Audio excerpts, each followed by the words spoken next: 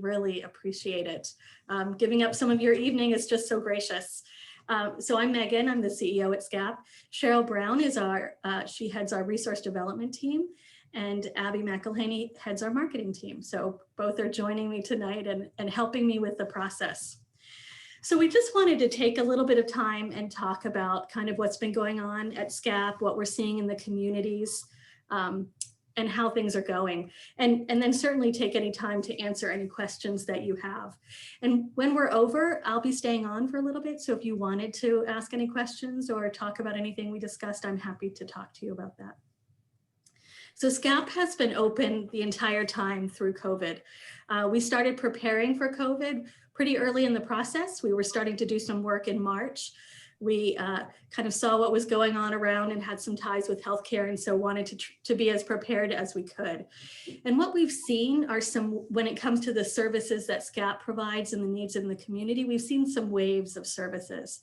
So what we saw really early in the process, that March, April, May timeframe, if you remember back, I know it seems like a long time ago and just like yesterday, when there was a shortage of toilet paper and you couldn't find any macaroni and cheese or rice at the grocery store, that time was when we saw people being the most food insecure. So they were struggling because their incomes were starting to fall off. We didn't have stimulus payments then. Unemployment there had been no additions to it. And for food pantries, we were having trouble sourcing food. So that was a really tough time. We saw that wave into June. And then when unemployment and stimulus checks started coming out, it started to even out for us. We saw another little bit of a wave of that in late July and August. And again, right now we're seeing a little uptick again in food as well. So we've seen kind of that wave go, and it really seems to correspond quite a bit to what's going on with folks and what's going on with unemployment. And I'll talk a little bit about what we're seeing with families as we go forward. And so right on top of that, really what we started to see in the July timeframe was lots of people struggling with rent and utilities, and not what we typically see where someone is 1 month behind, but people were significantly behind in rent and utilities. And that's really carrying on till now. We're still seeing a lot of that. There was a moratorium in Pennsylvania that ended on August 31st.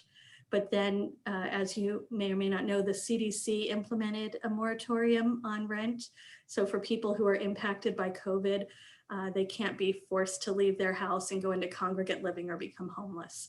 So there's still a moratorium on, but we're still seeing lots of folks who are struggling with rent and utilities. And I'll go into a little bit more detail as we go along. And then kind of underlying all of this is this push for trying to help folks figure out long-term stability. Because this is such a challenging time, and for some folks, they've lost their work. For some folks, they're just laid off and they're waiting to go back. We have some moms or dads who have to be home to take care of their kids because their kids aren't in school or in daycare. And so trying to help them create a path that leads to longer term stability, because we don't want anyone entering the homeless system.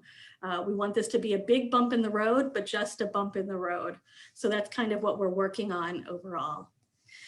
When it comes to food pantries and our gleaning program, so in any year we serve about 22,000 people with food, and we distribute about 700,000 pounds of shelf-stable food and then produce throughout the course of the year, and that's through our food pantries and our gleaning initiative.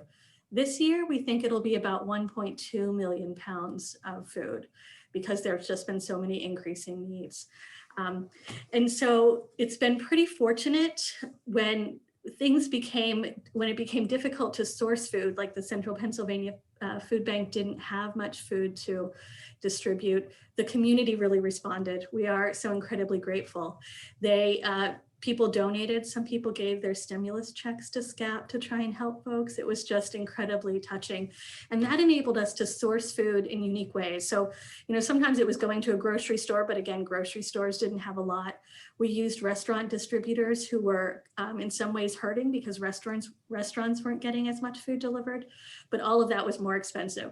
So what we've seen since April is that we've been spending twice as much on food as what we would spend in any other time. So where it was 5,000 in Adams County and about 7,000 in Franklin County, we're now spending between 10 and 11 in Adams and closer to 14 in Franklin. And that's just because the needs are so great.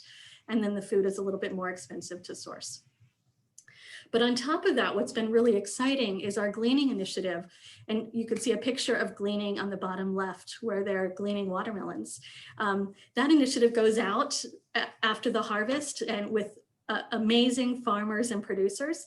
They give us what's left over. And so we take volunteers out and safely, social distancing with masks, we harvest that extra produce. And that brings in about 300,000 pounds of free produce every year. Amazing. And that initiative has a great way to, they bring it in, they harvest it, they use volunteers to help with that process, and then they distribute it, not just to SCCAP, because we couldn't distribute it to enough families, but we work with about 40 partners in each county. So that gets that produce quickly out to families all across our county, even in our rural areas. What was really exciting is the infrastructure that was built for gleaning, which has worked so well for us for the last 6 years. There were farm to family boxes that were distributed as a part of helping farmers to be able to sell their produce. And the USDA bought it and then put it in boxes. You can see a sample of that in that bottom right-hand picture. We were able to get those boxes in the spring, and we got 650 to 750 of those boxes every week that we could distribute all across the county. And we were able to use our gleaning infrastructure to get that produce out quickly. We actually started receiving those again this week, and we'll get those for the next 4 to 6 weeks. So a great Megan, program. Yep. I should use the little hand up thing or something. What are some of the distributing groups in Franklin County or immediate area? Yeah, so you'll be able to get a complete list if you go to gleaning.org, just so you know, the gleaningproject.org, sorry. But we go to all of the food pantries, whether they're SCCAP food pantries or other ones. We go to all of the shelters. We go to Boys and Girls Club. We go to Head Start. We go to senior centers. Abby, am I missing any that kind of anyone who will distribute Diaper Depot? Yeah, I think the Housing Authority too, right? Or something. Yes, the Housing Authority. Yeah, the Housing Authority. The towers, anywhere where there are groups of people that we can get food to, we deliver it. That's great. Yeah, so it's been wonderful. So we've been able to distribute food and be able to meet those needs safely. The upper right-hand corner is a picture of our food pantry. We have some plexiglass installed. We aren't letting people shop because it's just not safe. So we have pre-bagged and boxed groceries for them in the shelf stable part, but they're still able to pick out produce anytime that they come to our fruit stands or to the delivery points. Our homeless shelters. So at SCCAP, there are some folks who are essential workers. Our food pantry staff, because they're serving food, making sure people eat. Our homeless shelters, because they're keeping people housed. And then our WIC program are all essential services. Those programs have been serving clients face-to-face throughout COVID. So at our shelters, we've been serving families really in the same ways that we have before, except that we have some safety measures in protocols in place. You can see the staff are wearing masks as our clients when they're around in any shared space in the shelter. And we really work to reduce our census by about 50%. And that may seem a little counterintuitive. You might think that we'd be trying to get more folks into shelters during COVID, but the last place that you want people to be is in congregate living. In fact, across the United States, we started reducing census in March. And people thought we were a little bit crazy at first, but shelters across the United States have had to close because their shelters were so full, and they would have, if somebody got COVID, it just spread throughout the shelter. So they've been hot spots. We have not had any positive cases in either of our shelters. What we did in March is we worked especially with our medically fragile folks. So if you can imagine, if people who've been chronically homeless, life has been difficult and they have a lot of comorbidities and health issues. The very last place we want them is in congregate living. So we worked with those folks to help them find safe places to be. If it wasn't safe for them to be in a shelter, then where could we find other housing? For some folks, that meant moving with family, because there would be fewer people than what they would have at the shelter. And we didn't it may be interesting to know, but from a government standpoint, when you have a status as homeless, there are some funding streams that we're able to assist people with. So having that status allows us to help them to get permanent housing. We made sure that none of those folks lost that status. So if they were for health reasons, like if we were trying to keep them safe, we could find alternate living arrangements. Even if that was in a hotel, we could keep that status so we could still get them into permanent housing. For the long term. Both our shelters have been able to get people into housing. So even though it's COVID and it's a little bit harder, we're still able to get people housed. In Franklin County, it's between 38 and 42 days is what it's taking us on average. In Adams County, it's taking longer. It's between 60 and about 75 days. We serve mostly families in Adams, and we serve mostly singles in Franklin County. We're also doing some work with WellSpan. If someone comes to the emergency room or someone comes to a testing site and they're homeless and they've had to be tested, or they're homeless and they've been to the ER, but they don't have any medical condition that warrants them being admitted, we actually are able to put them into hotels, or if we have space in our shelters, we can put them in the shelter, and then we work to get them permanently housed. And that program has been very successful in getting people again into long-term stable housing, which is the goal. The homeless system has no capacity. So a big concern of ours is we want to keep people from becoming homeless, because it's really hard. Once you've been evicted, it's really hard for you to find another place to live. So some of you may know about our Circles initiative, and Circles has been working to get people stable for a long time. We help people. It's not a program where somebody receives a tangible thing, but they spend a lot of time developing a future story, figuring out what they want to do, and how they want to build a better future for themselves and their family. And then we provide appropriate supports. We match them with some allies, and we see amazing results in that program. We've been trying to figure out how we could spread that, how we could do more of that kind of work with larger numbers of families. And we've been in discussions about that, but COVID really brought this to a head for us. It kind of brought this to an immediacy, and we were able to restructure some of our programs. And we call this, so it's family services staff, but we call this program Relief and Resources, because we bring resources to work with folks, and we find that it brings a tremendous amount of relief. And so it just seemed to be the appropriate name. Now, during a typical year, SCCAP has one staff person in Franklin County that does rental assistance, and we spend about $75,000 per year helping people, preventing evictions. This year, since July, I told you we've seen a wave of people who need help with rental assistance. So since July 6th, when this program started, we have about 7 staff who now are working on this. And we've spent $454,539 on rental assistance. In 15 weeks, we've spent 6 times more than what we would spend in a year in just 15 weeks. That gives you a little bit of an idea of the scope of that issue. It's just really profound. And what we're finding, just like we found with food, Cheryl, you're on mute, so I don't know. I'm sorry, I just want to let you know Sandy has a question for you. Sandy? So all of that money for rental assistance, is some of that from federal sources, or has the community raised a lot of that, or? It's been a mixture of all of that. So we have some government funding, we have some state funding, we have donations. So it's been a culmination of that. We've actually applied for $1.6 million in funding for rental assistance to prevent evictions and get people housed. So right now there are 7 different funding sources that we're working with. So not only have those staff had to figure out how to do one program, they've had to figure out how to do 7 of them. And then we're adding 3 more next week. So it's a lot. Some of this funding will expire December 30th, December 31st. Some of it will go on for about another year. So we just have different priorities of how we'll be using that. But it's been pretty pervasive. And what we're seeing, just like we saw with food, we saw about 1,000 families in both counties of people who'd never come in for help before. That's what we saw at our food pantries. We're seeing the same thing with rent. In fact, the quote that's on here from the Jenkins family, this is a 2-parent household. Both of them had good jobs. They were working in Maryland, but lived in Franklin County.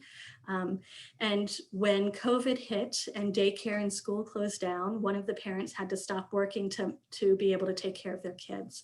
And so in this case, it was the mom. Now their income was cut by 50%, and they were a typical middle-class family. Of course, everyone thought this would be just a short-term thing, but as we all know, it's turned into a long-term problem. And so when they reached out to us, they were about $5,000 behind in rent. Like, that's substantial. We're used to helping people with $500, sometimes $1,000.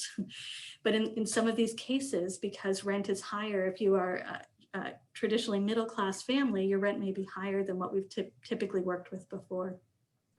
So in this case, we were able to package some PHFA, which is federal funding that comes down through the state, to help with about 5 months of $750.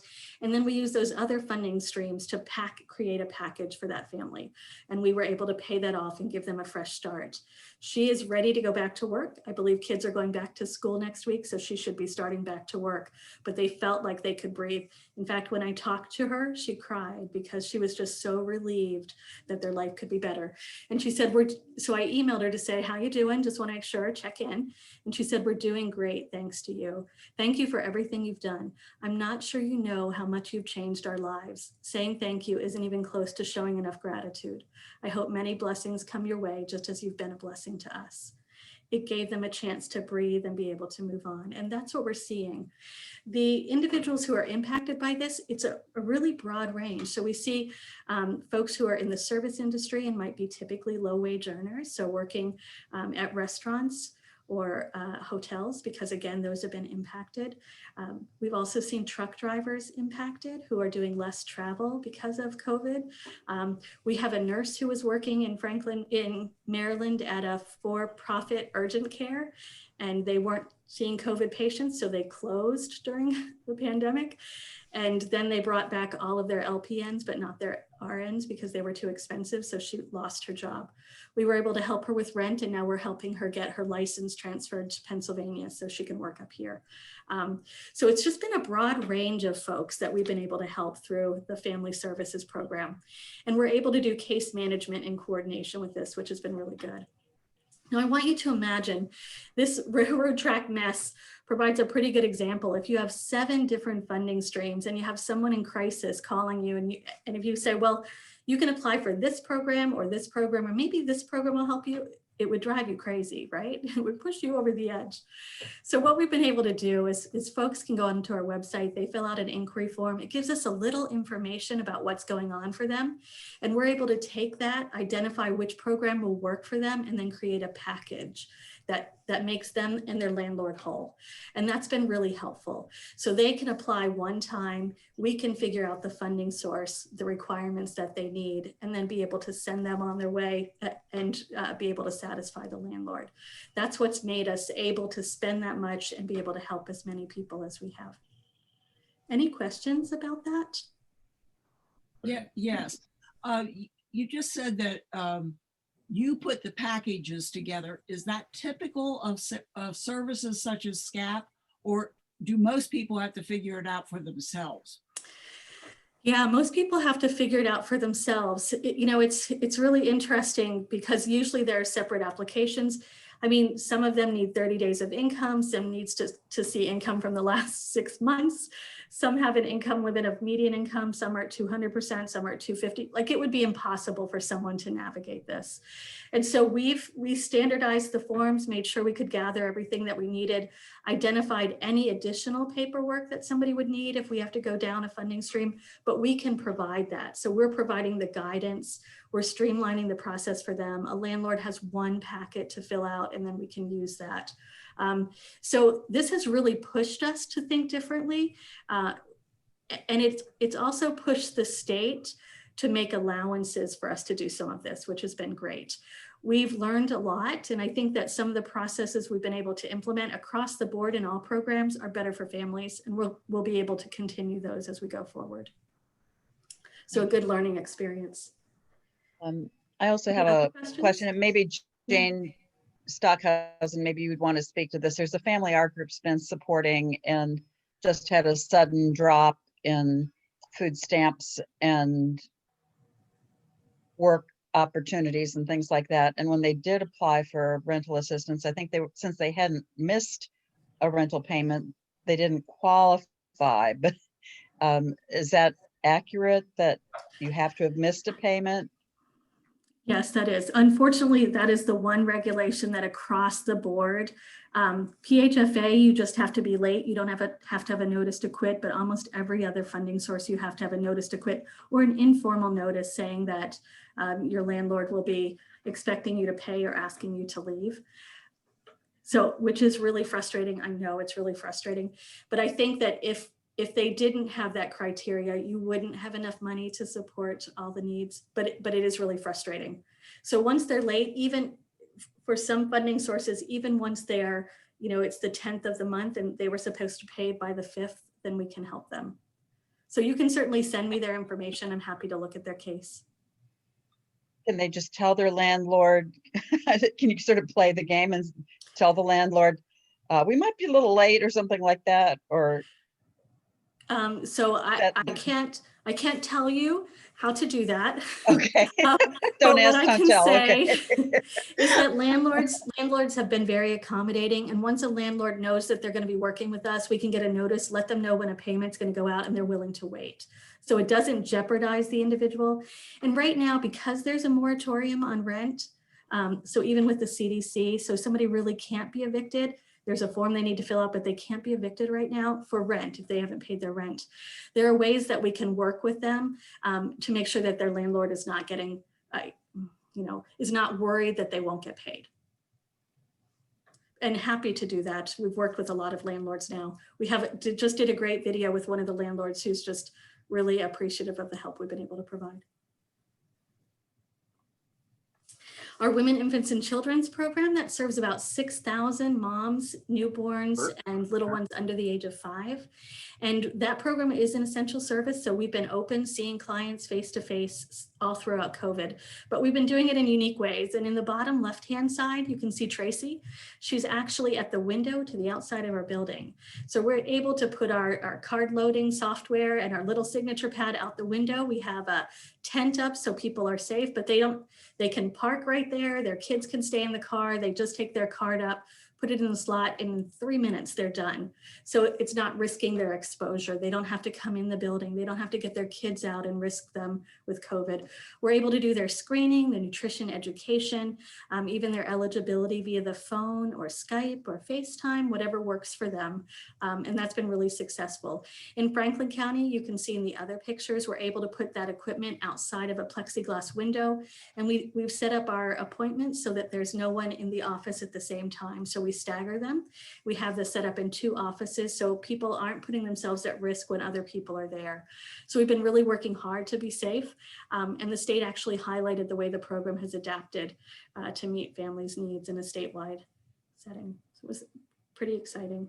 Staff have really risen to the challenge. John, did you have a question? Peg has a question here. Hi, Peg. Well, I have a comment. First of all, Megan, you never cease to amaze me in your ability to manage this. I stand in awe of you. I wanted to go back, if I can, to when you were talking about the hotels Yes. that you may.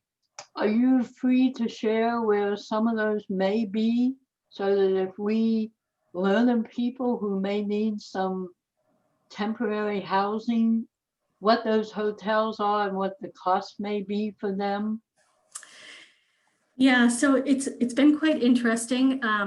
In Chambersburg, we've been able to work with the Cobblestone Inn in Waynesboro, and there is a hotel that we were working with in Chambersburg, but I'm not sure if we still are. So it's a little bit up in the air. And then we've been working with the Econo Lodge and Northridge Motel in Adams County. But we're always working to try and secure that.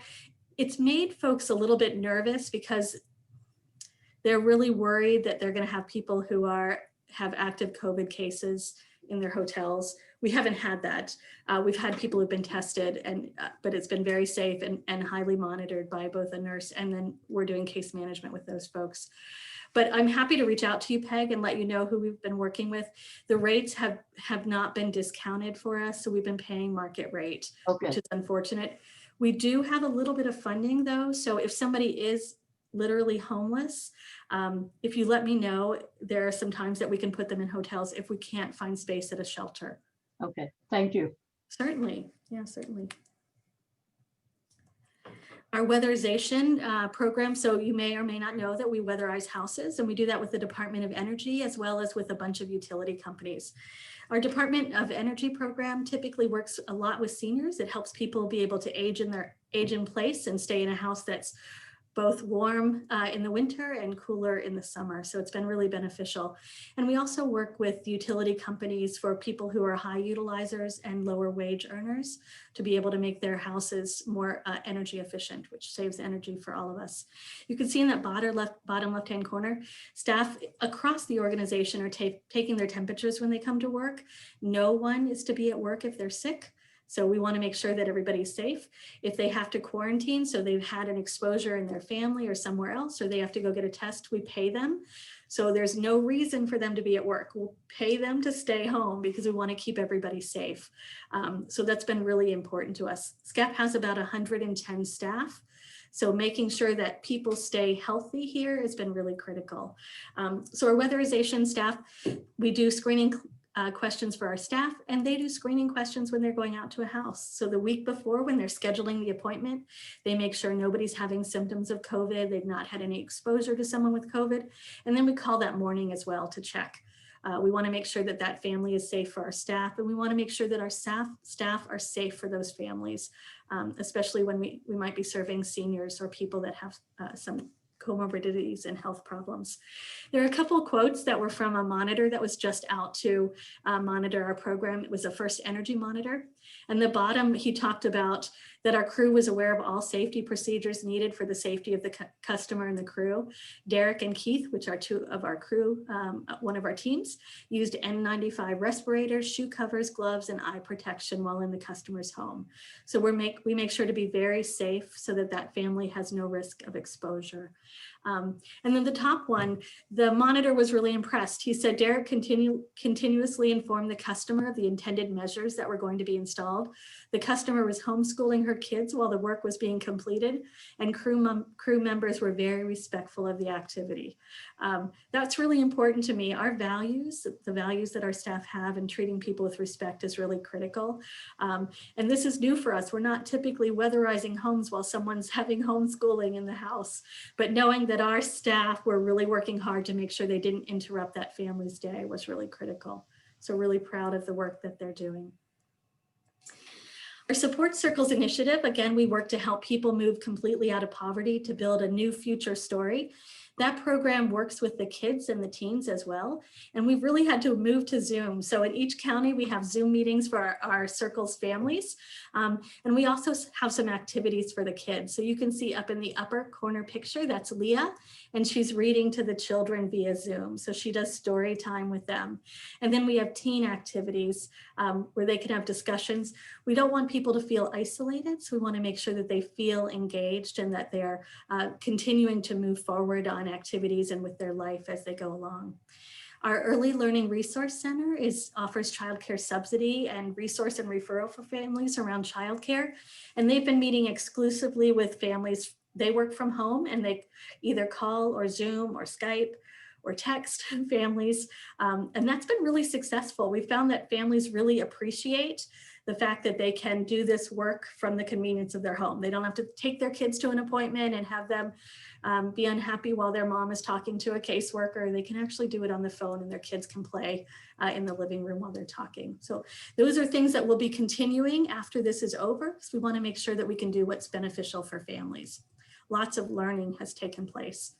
We also have community engagement initiatives. So our At Home in Adams County is working on affordable housing, transportation, and sustainable living. And then Franklin Together is our reentry coalition, and we're working to help people, returning citizens, people exiting the criminal justice system, can do so successfully and don't end up going back to the criminal justice system or back into jail. We've had great community engagement via Zoom. We've had 40 to 60 people on our calls, so people have stayed engaged. We've been able to do some additions of housing in Adams County. I think we have 42 new housing opportunities that are in the process of being built through coordination with our partners in At Home.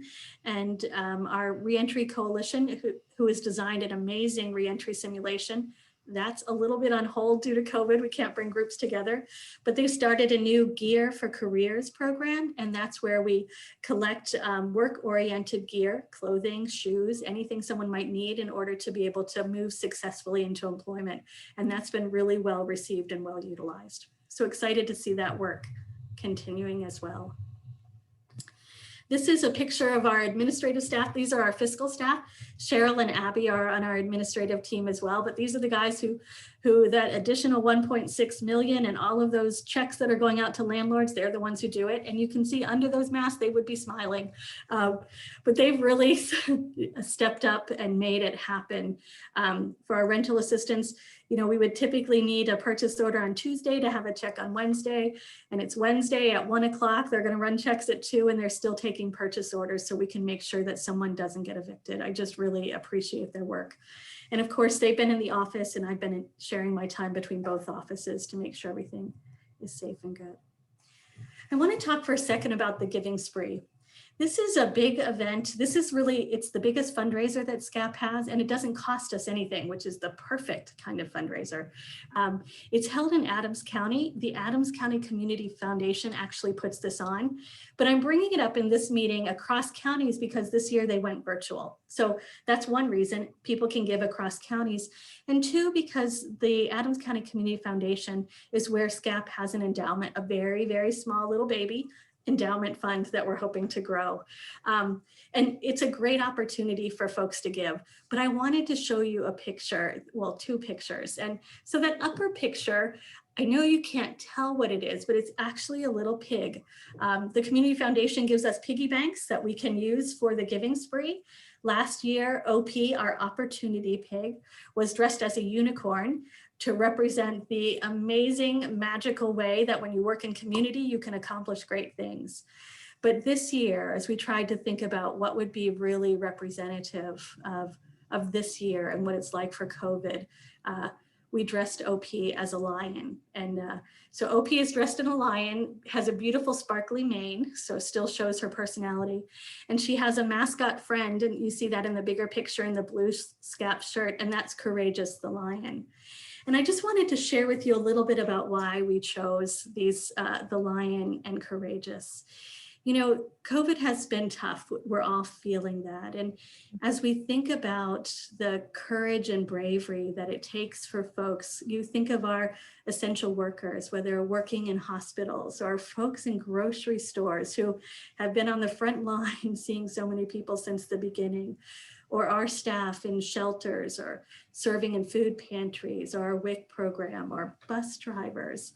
You think of the courage and bravery that they have to show in that circumstance. And you think about seniors who have been somewhat isolated through COVID, you know, doing things like Zoom, like we're doing, but Zooming with our families, and the toll that takes on them and the courage and bravery that it takes. And I think of some of the moms that we have working for us and some of the moms that we have worked with in the rental program who are working from home and have their children at home that they're trying to teach at the same time, and how much bravery and courage that takes. And just the difficulty of living in a time where things are uncertain and we don't know how long it's going to last. We felt like this was the perfect expression of what 2020 needs and what we see with the resilience of people. It's courage and bravery. So there are mascots as we think about going forward and the importance of the work that we do and the important work that we're doing across communities.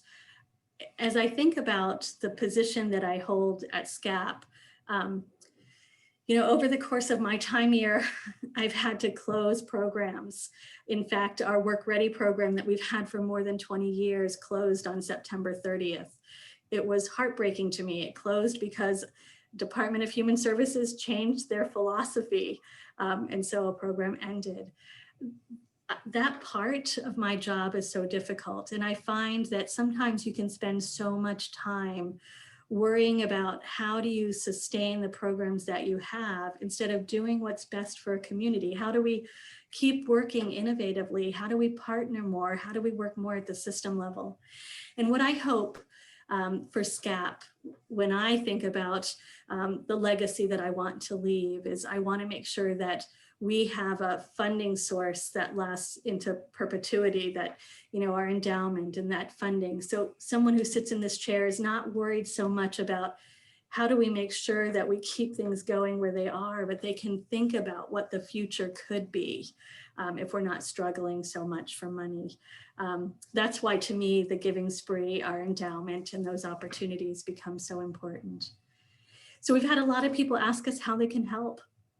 First and foremost, refer people to SCCAP. So, as we were saying earlier, where does the money come from? Those donations are really valuable, and we have donate to causes that are meaningful to you. Non-governmental funds, funds without strings attached, are incredibly helpful. There was a single mom that we were working with, and she received help for rent maybe 4 months ago. She was laid off for just a month. We helped her with a month, and she was back on her merry way. But she called me. She didn't think she'd be able to get help because she'd already received help once. But she called her work that had laid her off for a month. Her business had closed. And so now she was out of work. She has 3 children, out of work. She was behind on rent for 1 month and going into the second month. And she was also behind on her car payment going into the second month.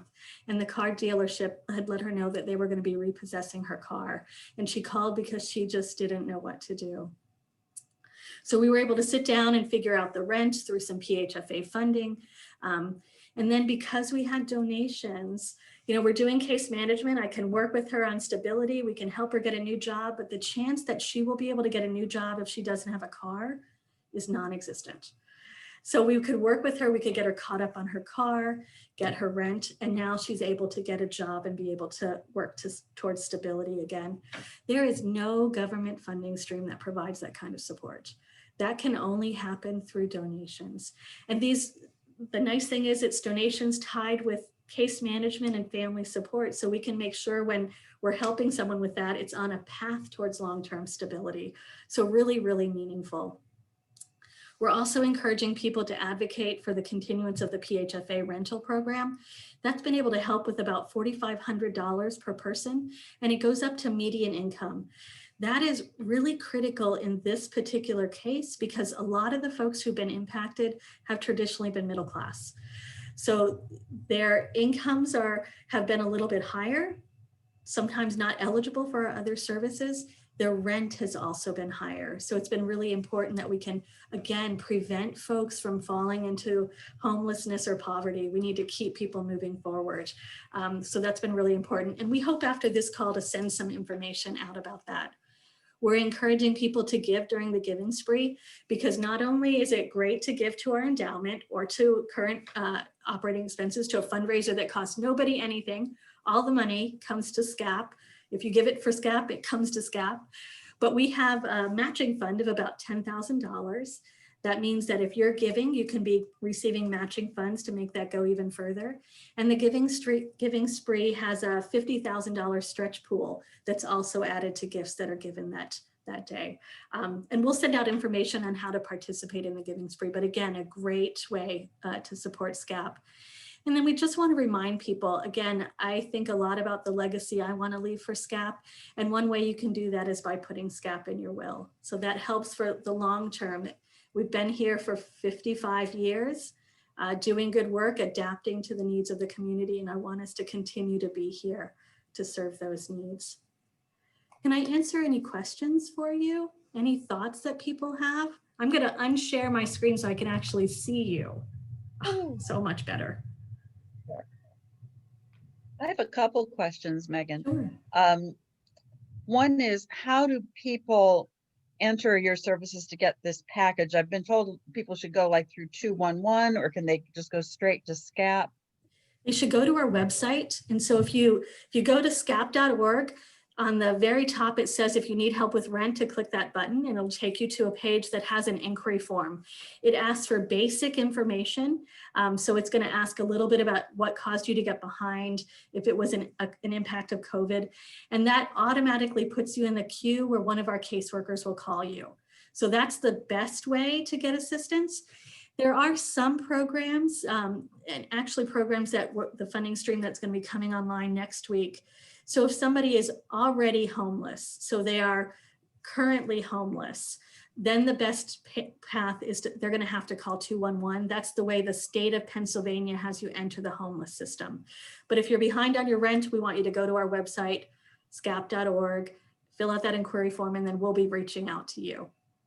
Okay. And then my second question, I've had a number of people approach me saying, is there any way just to adopt a family to make something more personal? And I know there's all kinds of issues around that in terms of people feeling forced to feel grateful or whatever, but what are your thoughts on that? I think you are not, there are other people on this call who've actually asked us about that.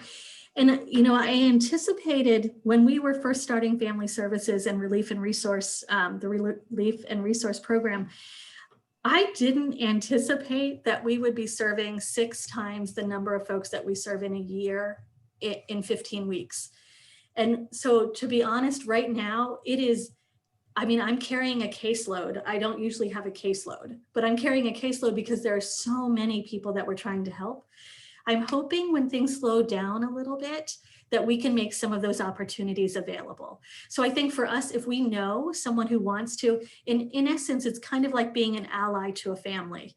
Right. I think that we'll be able to identify some families that would be key for that.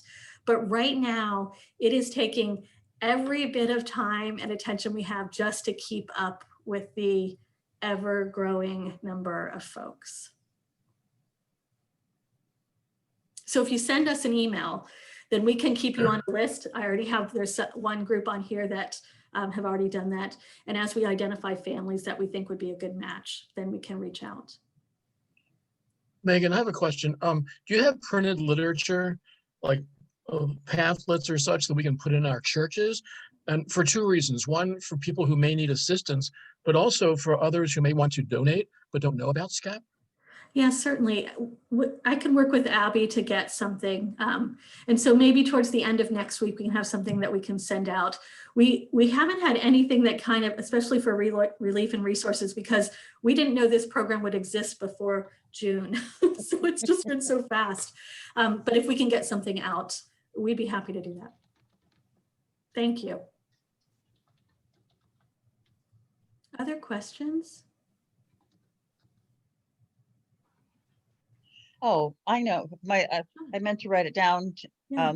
How, besides giving money, which is always, at least at my point of life, that's easier to do than for more of the hands-on stuff, being in that vulnerable thing. What can the community do to help you? Yeah, so I think there's a couple things. So for people who feel healthy, who don't feel like they're at risk. So we don't want anyone who would be at risk, but we do still need some help in our food pantries, especially where we've moved from grocery shopping to packing bags or boxes. But what I can say is we typically have one person in at a time because we just don't want, we're just really trying to make it so that there's no risk of exposure. We just don't want any of our volunteers to be unsafe. So that's certainly important. And there are some advocacy opportunities around PHFA. There's a couple of other things with some of the funding sources around housing that just really don't make sense. And we're getting ready to put some talking points together to reach out for people, just to reach out to legislators. Our big concern, PHFA, and again, because we've been able to package these funds, Franklin County, we're going to spend all of our funds. We've actually requested some more, but across the state, there's $150 million. There are many counties that have not been able to spend this funding. That's just crazy. There are plenty of people who need it. And we were able to lobby the state legislature, and they've made some changes, not enough changes, but they've started working on it. So we're working on some talking points that we can send out just to encourage people to reach out to legislators, because I just think that they don't really understand. It's when something is written on paper, it can be very different than when you operationalize it. And there are ways that this could better be used to make sure that no family becomes homeless through COVID. So those would be the really helpful ways. And certainly spreading information about the Giving Spree and, you know, and just that all that SCCAP does. Any other questions or thoughts? Yeah, I think we had a question. Does the Giving Spree just serve Adams County? Nope. So what we'll do is we get a list. So the checks are actually made to the Adams County Community Foundation, and then they are distributed to the partners. But we get a list of all of the addresses of those who gave. And so that funding would be distributed to for SCCAP based on the address of the givers. Great. All right. If Thank you you. give to our endowment, the endowment, it includes in the language is Adams and Franklin, because we are one organization. Sure. But otherwise the services will be designated to the county of the donor. That's really helpful to know, Thank you. because when I first got the information, I didn't put it in our Community Uniting newsletter because I thought, oh, that's Adams County. Right. That's right. Yeah. Yeah. We don't want to so- give to them. Yeah. And No, that, no, fair, Those that's people. fair and reasonable. Yeah, yeah. So Yeah. thanks for asking that. well, and that Giving Spree is an amazing event. And I was very involved with the soup kitchen in Gettysburg for a It's number of amazing. years. And it was huge help Yeah. with our funding. Yeah, it is. It's amazing. We are hoping, Cheryl Brown and I keep talking about how can we bring it to Franklin County, because it is just an amazing opportunity to support all of the organizations that do so much good. It just is, Yes. it just feels amazing. Yeah, It does. That's great. Lancaster County has the big give, I think They they do. call it. That's Yeah, right. They raised like Yep. $1 million. That's right. Yeah, Adams County last year raised $1 million. Cheryl, Yeah, was it $1 huge. million? Yeah, it was a little over $1 million. Yeah, which is amazing for little Adams County. Mhm. Any other questions I could answer for you? What are you doing to keep yourself sane? You Yourselves. well, we certainly have been encouraging folks to take time off now. In the beginning, it just didn't feel like you could take any time off. I actually am going to go away next week just to get just out of the pressure, because it's been a lot for folks, but really just trying to have people take good care of themselves. We just did an employee survey and are really happy to report that staff, 96% said SCCAP is a great place to work. And when we asked them why, they said it was our values and our culture. 98% said that it's a very meaningful work and that they really believe in our mission, vision, and values. So I was really worried that we would see in our survey kind of the tiredness and stress that I know folks feel, but we really didn't. It was a really invigorating. They are excited about the future and really happy that we could adapt to meet the needs of clients. I want to echo what Peg said, like, we are in awe. Oh, thank you. It's because of people like you. Like we couldn't do this by ourselves. We're just so grateful, and that you're taking time from your evening just means so much to us. We really appreciate it. Certainly when Cheryl is going to send out a follow-up email, probably Saturday or Monday. It'll have my email address as well as hers. If you need anything, don't hesitate. Definitely refer folks. There is funding available. More funding for rent right now in Franklin than Adams. Right now, the Adams County Housing Authority has the PHFA funding, but we can still put them in contact. We've been making a lot of referrals up there. So, but really appreciate all of you and appreciate that you took the time to spend with us tonight. I hope you all sleep really well. Thank you so much. Have a great night. Good to see everybody. Amazing work. Thank you. Thank you. Thank you all, and thank you, Megan. Thank you. Thanks. So good to see you. Mhm. Thank you. Thank you. Bye-bye. Bye. Good night.